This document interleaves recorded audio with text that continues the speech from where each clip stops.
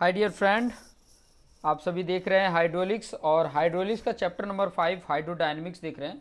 और ये उसका लेक्चर नंबर 5 है। यहाँ पर मैं लिख देता हूँ लेक्चर नंबर ये 5 है। और लेक्चर नंबर 5 में हम क्या पढ़ने वाले हैं, बर्नौलीज इक्वेशन के बारे में डिस्कस करने वाले हैं। पहले तो स्टेटमेंट देख लेते हैं। आपके स्क्रीन पर स्टेटमेंट दिख रहा है।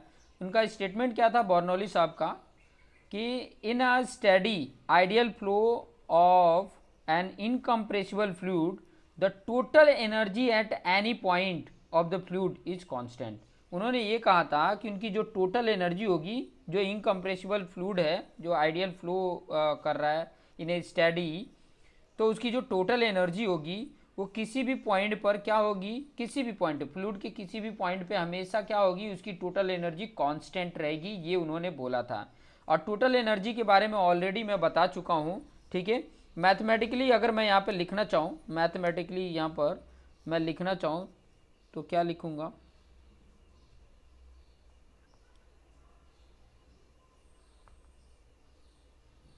मैथमेटिकली अगर लिखना चाहूँ तो उन्होंने ये कहा था कि ये जो पोटेंशियल एनर्जी है रो जी जेड, जेड मतलब डेटम से उसकी हाइट, फ्लूइड की height, rho G Z plus half rho V square, ये काइनेटिक एनर्जी है, और प्लस प्रेशर, ठीक है, वो क्या होते हैं, कांस्टेंट होते हैं, कांस्टेंट होते हैं। उन्होंने कहा था कि ये इक्वेशन उन्होंने दिया था। ठीक है, अभी ये जो इक्वेशन है देखो, इसमें मैं आपको बता दूं, हालांकि ऑलरेडी आपको मैंने बताया था कि जो उसका ये पोटेंशियल एनर्जी है, ये उसकी यहाँ पर लिख के भी बता देता हूँ कि ताकि आपको आइडिया मिल जाए। हालांकि मैंने बताया था जो ये पोटेंशियल एनर्जी, ये आपकी काइनेटिक एनर्जी है और ये आपका प्रेशर एनर्जी है।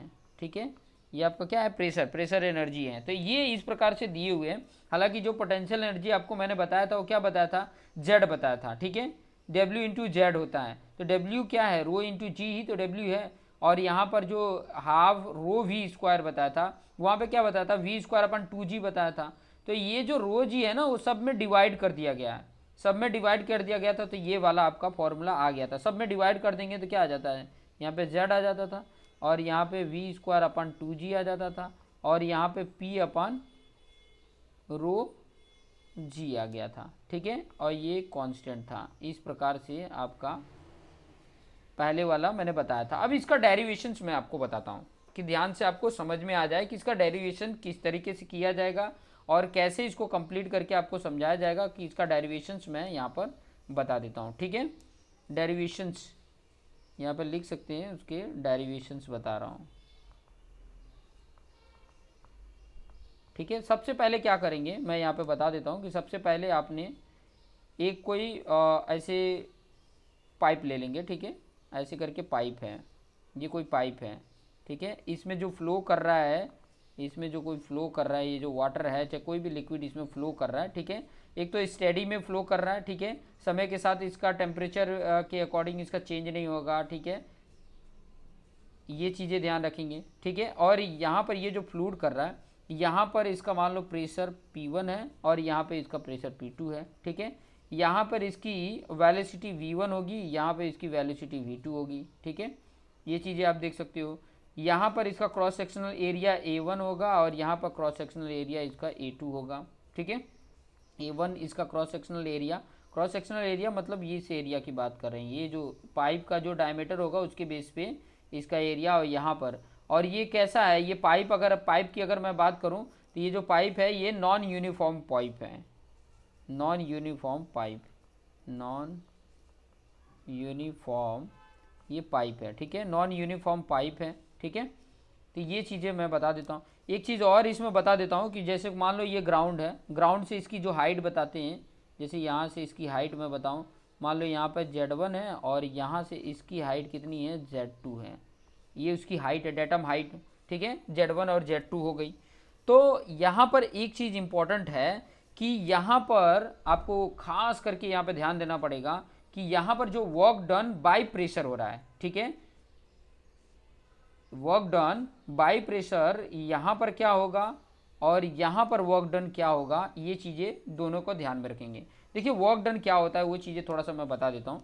वर्क डन जो होता है, यहाँ पर क्या होता है कि यहाँ पे बाई प्रेशर हो रहा है। सबसे पहले तो आपको जो मैं लिखवाया था वो पहले बता देता हूँ। जो उसकी पोटेंशियल एनर्जी क्या होती है, रो जी Z1 हो जाएगी, ठीक है। उसकी काइनेटिक एनर्जी क्या हो जाएगी, उसकी काइनेटिक एनर्जी की अगर मैं बात करूँ, ठीक है, के समझ लो, इसको पी समझ लो। काइनेटिक एनर्जी क्या है, half into rho into G, sorry half into rho into V square होगा, वी स्क्वायर। और उसकी जो प्रेशर एनर्जी है पी, वो क्या है, P1।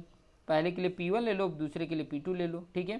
तो यहाँ पर एक चीज़ और इम्पॉर्टेंट पॉइंट मैं बताने वाला था कि अगर मान लीजिए इसकी डेल्टा पी मतलब change in pressure energy, potential energy अगर फाइंड आउट करनी है तो क्या होगा, रो जी Z1 माइनस रो जी Z2, ठीक है। इस तरीके से कर सकते हैं। देखिए Z2 की वैल्यू ज़्यादा है तो इसको पहले वही ले लेंगे, आगे की फाइनल माइनस इनिशियल करते हैं तो वो चीज़ें मैं ले लेता हूँ यहाँ पर, वो चीज़ें मैं यहाँ पर लिख देता हूँ कि ताकि आपको आसानी से समझ में आ जाएगा। रो जैसे कि या देखो डेंसिटी तो सेम ही रहेगी, यहाँ का जो डेंसिटी वही सेम रहेगा, जी जो रहेगा वो भी सेम ही रहेगा, ठीक है। ग्रेविटेशनल एक्सेलरेशन दोनों जगह पे सेम ही रहेगा, ठीक है, क्योंकि हम एक को यहाँ पर और दूसरे को चंद्रमा पे नहीं कर रहे हैं, ठीक है। दूसरा आपका ये पहले Z2 आ जाएगा, फिर बाद में रो जी Z1 आ जाएगा। ये क्या है, change in potential energy. Change in kinetic energy निकाल लो, क्या हो जाएगा, हाफ, यहाँ पे वेलोसिटी चेंज हो सकती है, यहाँ पे वेलोसिटी को चेंज करके लिख देंगे तो half rho V2 square minus half rho V1 square, ये हो जाएगा, ठीक है। और चेंज इन प्रेशर अगर ये फाइंड आउट करना है तो क्या हो जाएगा, P1 माइनस P2 हो जाएगा, सॉरी P2 माइनस P1 लिख देंगे, इसको भी उसी प्रकार से लिखेंगे, P2 माइनस P1 हो जाएगा, ठीक है। तो इस तरीके से आपकी वैल्यू ये देखने को मिल गई। अब यहाँ पे ध्यान दीजिए कि ये जो मैंने फिगर आपको बना के बताया है, ये फिगर जो मैंने बनाया है, इसके लिए खास इंपॉर्टेंट पॉइंट ये है, थोड़ा सा इसको कलर कर देते हैं। यहाँ पे ये फ्लूइड फ्लो हो रहा है, ठीक है, फ्लूइड ये फ्लो हो रहा है यहाँ पर, इस तरह से ये फ्लूइड फ्लो होके इस डायरेक्शन में जा रहा है, ठीक है। तो आपको खास यहाँ पे एक इम्पॉर्टेंट ध्यान रखना है कि इसका जो यहाँ पे वर्क डन होगा वो वहाँ के वर्क डन, जो यहाँ पे वर्क डन है वही वर्क डन, वर्क डन की बात करें तो यहाँ पर वर्क डन की बात करूँ मैं तो ये वर्क डन इसके फ्लूइड के ऊपर हो रहा है। ये फ्लूइड के कारण यहाँ पे वर्क डन हो रहा है। यहाँ पर जो ये दूसरा सेकंड पॉइंट पे अगर देखेंगे, ये फर्स्ट पॉइंट है, ये सेकंड पॉइंट है, तो सेकंड पॉइंट फ्लूइड के द्वारा वर्क डन हो रहा है और यहाँ पे फ्लूइड पर वर्क डन हो रहा है। प्रेशर अप्लाई कर रहे हैं ना, तो यहाँ पे फ्लूइड पर वर्क डन हो रहा है, वहाँ पे फ्लूइड के द्वारा एनवायरमेंट पे वर्क डन हो रहा है, ठीक है। तो दोनों का वर्क डन पहले तो निकाल लेते हैं। जैसे कि सेक्शन 1 पे वर्क डन क्या होगा, अगर सेक्शन 1 पे अगर वर्क डन की बात करूँ, एक मिनट थोड़ा सा इसको रब कर लेते हैं। अगर सेक्शन 1 पे वर्क डन की अगर मैं बात करता हूँ तो वर्क डन क्या होगा, सेक्शन 1 पे अगर वर्क डन की बात करें तो वर्क डन होता क्या है, पहले नंबर तो ये जान ले कि फोर्स इंटू डिस्प्लेसमेंट होता है, यही होता है ना, फोर्स इंटू डिस्प्लेसमेंट। अब फोर्स क्या है, फोर्स आपको पता है कि प्रेशर इंटू एरिया, जैसे कि पहले के लिए हो तो P1 इंटू A1 ये आपका फोर्स हो गया, इंटू डिस्प्लेसमेंट। डिस्प्लेसमेंट जो हो रहा है यहाँ पर ध्यान से समझिएगा कि डिस्प्लेसमेंट जो हो रहा है वो कहाँ से हो रहा है, कहाँ से कहाँ तक हो रहा है, वो चीज़ें यहाँ पर आप लिख सकते हैं, ठीक है। जो वर्क डन इसके द्वारा होगा वही वर्क डन उसके द्वारा करके लिख लेंगे। तो इसका वर्क डन और उसका वर्क डन दोनों का हम यहाँ पर लिख लेंगे कि ताकि आपको आसानी से समझ में आ जाए, ठीक है। चाहे ऐसे करके डायरेक्ट ही अगर वर्क डन की बात करें तो वर्क डन जो इसके होगा वही उस तरफ होगा। मतलब कहने का मतलब ये हुआ कि वर्क डन की अगर मैं बात कर रहा हूँ, एक मिनट मैं सिंपल तरीके से थोड़ा सा और अच्छे से समझा देता हूँ आपको कि जो ये वर्क डन है ये दोनों के लेकर मैं बता रहा हूँ, दोनों सेक्शन को कंबाइन करके यहाँ पे बता रहा हूँ कि जो इसका वर्क डन होगा, एक मिनट, जो इसका वर्क डन होगा वही तो इसका क्या होगा, टोटल एनर्जी होगी, टोटल एनर्जी जो चेंज हुई है, ठीक है। तो वर्क डन क्या हो रहा है, देखो प्रेशर यहाँ से वहाँ तक प्रेशर क्या हो रहा है, चेंज हो रहा है, P2 माइनस P1। और यहाँ पे क्या हो रहा है, टोटल एनर्जी चेंज हो रही है, मतलब टोटल एनर्जी क्या हो रही है, टोटल एनर्जी आपकी क्या होगी, change in potential energy plus change in kinetic energy, यही है ना टोटल एनर्जी, यही टोटल एनर्जी होगा। तो यहाँ पे ये P2 माइनस P1 हो गया। और इसकी वैल्यू कितनी आई थी, जो चेंज इन पोटेंशियल एनर्जी थी उसकी वैल्यू क्या थी, पोटेंशियल एनर्जी की जो मैं बात किया था तो वो क्या लिखा था, रो जी Z2 माइनस रो जी Z1, ये लिखा था। और ये काइनेटिक एनर्जी का क्या लिखा था, half rho V2 square minus half rho V1 square. ठीक है, ये चीज़ें मैंने आपको लिखा के रखी है। ठीक है, अब यहाँ पर देखो ये आपकी वैल्यू है P2, प्रेशर है P2 माइनस P1, और यहाँ पे क्या आ गया, देखो रो जी Z2 माइनस रो जी Z1, और यहाँ पे प्लस हाफ रो V2 square minus half rho V1 square. अब ये जो माइनस है इस तरफ, उसको इस तरफ कर देते हैं, जो प्लस है उसको इस तरफ कर देंगे। ठीक है, ये एक चीज़ और इम्पॉर्टेंट पॉइंट ध्यान में रखना कि जो वर्क डन ये जो मैंने बता रहा था ये P2 माइनस P1, ये इसके लिए अगर यहाँ पर ध्यान से देखेंगे, ये इसके लिए अगर जो पॉइंट मैं बता रहा हूँ कि जो P2 माइनस P1 लिखा हुआ है, तो ये जो प्रेशर चेंज हो रहा है ये कहाँ से आपका प्रेशर यहाँ से वहाँ की तरफ जा रहा है, तो ये P1 माइनस P2 होगा। ये चीज़ें थोड़ा सा आप चेंज करके लिख सकते हैं, यहाँ P1 माइनस P2 होता है। ठीक है, तो यहाँ पर मैंने ये जो वैल्यू है यहाँ पे P1 लिख लो, और यहाँ पे जितना भी V1 वाला है इस तरफ लेकर आओगे तो क्या हो जाएगा, यहाँ पे देखो रो जी Z1 हो गया प्लस में, और यह माइनस ये जो इस तरफ था वो प्लस इस तरफ आ गया, हाफ रो V1 स्क्वायर हो गया। और इस तरफ क्या हो गया P2, ये जो इस तरफ प्लस माइनस में P2 है, ये वाला जो माइनस P2 है इसको मैंने इस तरफ लाया तो प्लस में हो गया। और ऑलरेडी यहाँ पे रो जी Z2 था प्लस हाफ रो V2 स्क्वायर है। तो देखिए यहाँ पे दोनों तरफ कांस्टेंट आ गया, इस तरफ देखिए जितना ये वैल्यू है उतना ही ये भी वैल्यू आ गया। तो इस बेस पे हम यहाँ पर इस तरीके से भी लिख सकते हैं। ठीक है, अभी देखो यहाँ पर अगर उस तरीके से कन्वर्ट करना है, रो जी सब में डिवाइड भी कर दिया जाए तो क्या आ जाता है, यहाँ पर अगर डिवाइड कर दिया जाए रो जी का तो क्या आ जाएगा, यहाँ पे देखो यहाँ P1 अपन रो जी प्लस यहाँ पर क्या आ जाएगा Z1, और यहाँ पे क्या आ जाएगा V1 स्क्वायर अपन 2G, रो कैंसिल हो जाएगा, यहाँ पर P2 अपन रो जी, और यहाँ पे क्या आ जाएगा, इस तरफ अगर देखोगे तो Z2 आ जाएगा, और ये वैल्यू क्या आ जाएगी हाफ V स्क्वायर, और यहाँ पे G आ जाएगा। ठीक है, तो V स्क्वायर अपन 2G। तो इस तरीके से आपका इक्वेशन बन के आ जाता है, इस तरीके से ये आपकी वैल्यू आ जाएगी। इसी इक्वेशन को बोला जाता है, इसी इक्वेशन को क्या बोला जाता है, बर्नौली इक्वेशन बोला जाता है, बर्नौली इक्वेशन बोला जाता है। तो ये चीज़ें थोड़ा सा इस तरीके से आप डिराइव करके देख सकते हो। ये जो P1 माइनस P2 बोला है ना, तो देखो यहाँ पर जो वर्क डन हो रहा है वो जो P1 जो हो रहा है, अगर P1 की अगर मैं बात करूँ तो वो फ्लूइड पे वर्क डन हो रहा है, फ्लूइड पे प्रेशर दिया जा रहा है। ठीक है, और ये जो P2 है वो बाई फ्लूइड हो रहा है, बाई फ्लूइड हो रहा है, इसलिए P2 को माइनस में लिखा है, P1 को प्लस लिखा है। बाई फ्लूइड जो होता है वो माइनस में लिखा है, और जो ऑन फ्लूइड हो रहा है, ठीक है, वो प्लस में लिखा है, इसलिए P1 माइनस P2, और ये वर्क डन टोटल एनर्जी के बराबर होता है। जो वर्क डन होता है वही टोटल एनर्जी के बराबर होता है। ये चीज़ें ध्यान रखेंगे।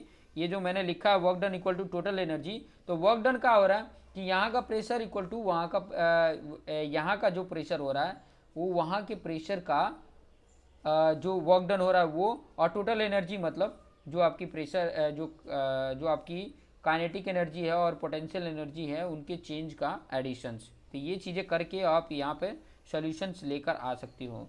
तो ये बहुत इंपॉर्टेंट है, ये जो आपको इक्वेशंस बताया गया है इन इक्वेशन पे बड़ा ध्यान रखना, क्योंकि ये इक्वेशंस हमें आगे जाके फील्ड पे काम करने वाले हैं। ठीक है, आगे जाके इसके न्यूमेरिकल, इसके बेस पे कई सारे न्यूमेरिकल हम करने वाले हैं। सिंपल साइज का फंडा आपको अगर याद हो गया होगा, कॉन्सेप्ट ये है इसका। अगर कॉन्सेप्ट की अगर मैं बात करूँ तो कॉन्सेप्ट ये कह रहा है कि कोई अगर जैसे कि कोई पाइप लिया हमने जो नॉन यूनिफॉर्म है, मतलब हर जगह पे उसकी साइज चेंज होती जा रही है, तो हर सेक्शन पे उसकी जो टोटल एनर्जी होगी, हर सेक्शन पे उसकी जो टोटल एनर्जी की बात कर रहा हूँ, तो टोटल एनर्जी होगी वो कांस्टेंट होगी। टोटल एनर्जी, यही चीज़ उन्होंने बोला है, बर्नौली साहब ने यही बोला था कि अगर एक स्टेडी मीडियम में कोई इनकम्प्रेसिबल फ्लूइड को, आइडियल फ्लूइड को फ्लो कराया जाता है, तो उसके हर सेक्शन पे, ईच सेक्शन पे जो टोटल एनर्जी होगी वो क्या होगी, कांस्टेंट होगी। तो वही चीज़ यहाँ पर ये लिखकर मैंने बताया है, ठीक है। तो अभी इससे रिलेटेड जितने भी क्वेश्चंस आएंगे वो चीज़ें आप कर सकते हो, ठीक है। कुछ चीज़ें हमें यहाँ पे पता होती हैं, जैसे कि यहाँ पे मैं आपको बता दूं, जैसे जो चीज़ें पता होती, जैसे कि रो की वैल्यू अगर वाटर की है, रो की वैल्यू अगर वाटर की है, तो इसकी वैल्यू हमें पता होती है कि 1000 kg पर मीटर क्यूब होता है, ठीक है। अगर kg को अगर आप न्यूटन में कन्वर्ट करना चाहते हैं तो 1 न्यूटन इक्वल टू 10 kg होता है। तो इसमें अगर आपको मैं बताऊं, इसको अगर कन्वर्ट करना चाहते हैं तो ये 100, क्योंकि 10 न्यूटन के बराबर होता है ना, तो ये 10 के हो सकता है, 10 किलो न्यूटन पर मीटर क्यूब हो जाता है, ठीक है। 10 के न्यूटन, किलो न्यूटन पर मीटर क्यूब हो जाता है। ये थोड़ा सा इसमें ऐसे लिख सकते हैं, 10 किलो न्यूटन पर मीटर क्यूब। अगर ये इस यूनिट में दिया है तो उसका रो वाटर की डेंसिटी इसमें हो जाएगी। अगर किलो न्यूटन पर मीटर क्यूब में, अगर किलो न्यूटन की बात कर रहा है तो इस फॉर्म में 10 लिख लोगे। कई जगह पर 10 की जगह पर 9.81 लिखा रहता है। क्यों? क्योंकि एक्चुअली करेक्ट तो ये होता है, बट ये अप्रॉक्सीमेट ये 10 भी लिख लोगे तो चल जाएगा, ठीक है। तो इस तरीके से वैल्यू रख के आप इसको कैलकुलेट कर सकते हो। कुछ न्यूमेरिकल्स भी मैं आगे कराने वाला हूँ, कुछ न्यूमेरिकल्स जो और भी इससे रिलेटेड जो पॉइंट है, जैसे कि आगे की जो वीडियोज है उसमें मैं इसके एजम्पशंस बताऊंगा कि किस एजम्पशंस को ध्यान में रख के और उनके लिमिटेशन क्या थे, उन लिमिटेशंस और एजम्पशंस को मैं आपको बताऊंगा कि किन एजम्पशंस को ध्यान रख के ये बर्नौली साहब ने इक्वेशन दिया था। तो ये चीज़ें उसमें नेक्स्ट वीडियो में मैं बता दूंगा, और उसके बाद कुछ एग्जाम्पल्स होंगे उसको सॉल्व करके आपको बताऊंगा। तो देखते रहिए और अपने आप को बेस्ट बनाते रहिए। Thank you for watching this video.